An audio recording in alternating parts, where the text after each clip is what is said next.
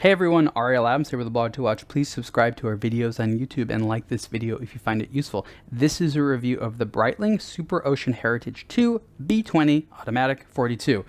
Ooh, that is a long name. I'm just going to call this a Super Ocean Heritage 2, which is what it is. The rest of the name implies that this is the three-hand movement, which has the B20 movement, and it comes in the 42 millimeter wide case as opposed to the larger 46 millimeter wide case. So in the Super Ocean Heritage 2, you can have a three-hand or a chronograph, and then you have multiple case sizes, multiple bracelet options, multiple colors. You can see that this one is the all-steel one. They also have some two-tone ones, and we have the nice blue bezel and matching metallic blue dial, which I like.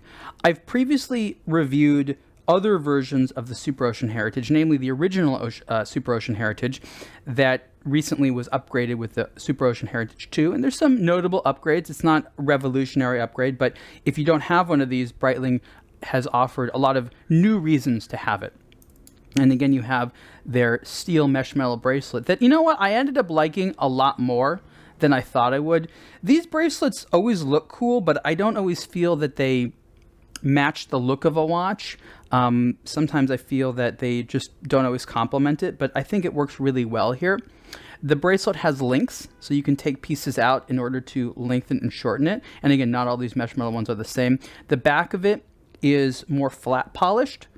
You have here a buckle. It's a simple buckle, but it has some micro adjustment here. So sometimes people worry about the adjustability on these bracelets, and I'd say that here Breitling has made sure there's lots of adjustability. Hair pulling, good question. Not so bad at all. Maybe one or two times while wearing it, I felt a hair being caught, but I would say no more so than other bracelets. So there are mesh metal bracelets that are really nasty for arm hair, and I would just mention that on this one, I didn't have a lot of problems. Depending on your anatomy, it might be a little bit different, but for me, no. The 42 millimeter wide version of the Super Ocean Heritage 2 is the one that actually fits my wrists the best.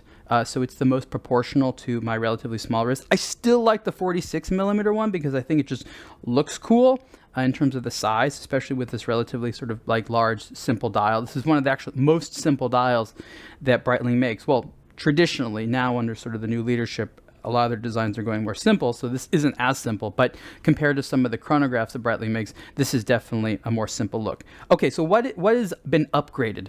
Well, the most important thing which has been upgraded is probably the movement, and I'll talk about that in a second. The bezel, which used to be aluminum, is now ceramic, so that's definitely something that people want. There's a lume pip here, which didn't exist before. And again, the triangle at the 60-minute marker, I think, looked a little bit more elegant without the lume pip, but the lume pip makes sure that it is a true dive watch. It's water resistant to 200 meters, and Breitling definitely has watches that are water resistant to more. People say that it's not a true dive watch unless it's water resistant to 300 meters, which the vast majority of people are not diving anywhere near that depth. So for all intents and purposes, if you want to dive with this watch, absolutely no problem. If you're a water resistance nerd and you're like, oh, it's only 200, and I don't know, maybe you'll have an issue with it, but I don't really think that that's that big of a deal. Screw down crown. It's actually a very comfortable crown. It's automatic movement, obviously, but if I had to be manually wound, I actually like this crown a lot. Another change, I wouldn't call it an upgrade, is slightly different hands. And I actually like the old handset, and I thought I wouldn't like this one. If I had to prefer the two, I still think the old handset edges this one out, but I have to say that this one is totally fine. The hour hand has sort of a bisected cut through the middle, and this details actually speak back to some of the original Super Ocean watches that Breitling made a long time ago, so that's where this detailing came from. I think that the hour markers are a little bit on the shiny side. There are lume dots on the outer edges of it, so if you're looking for a dive watch with a huge amount of lume, this doesn't have a huge amount of lume. But it does sort of look nice in the daytime. So this is probably best as a desk diver, but then again, the vast majority of people who buy luxury dive watches are desk divers. Date window at 6 o'clock, so it's symmetrical. Okay, here's the thing about the movement. First of all, it is a chronometer, so it's chronometer rated, like pretty much most Breitlings are. They call it the B20 movement, and on the website, it just has the words in parentheses next to B20, manufacture. I take a lot of issue with this, and I'm going to recommend that Breitling change it because it's kind of silly. What does manufacture even mean? Everything is manufactured. Are they trying to imply that it was made themselves? Well, it's not. The BO1 is one of the in-house made Breitling movements, which is a chronograph. The B20 is a Tudor movement. And some people know this, and Breitling and Tudor were open about it when this happened, but on their websites, not so open about it. Basically, this is, I think, the MT5612 or something like that from Tudor. And Tudor uses a Breitling chronograph in the Black Bay chronograph.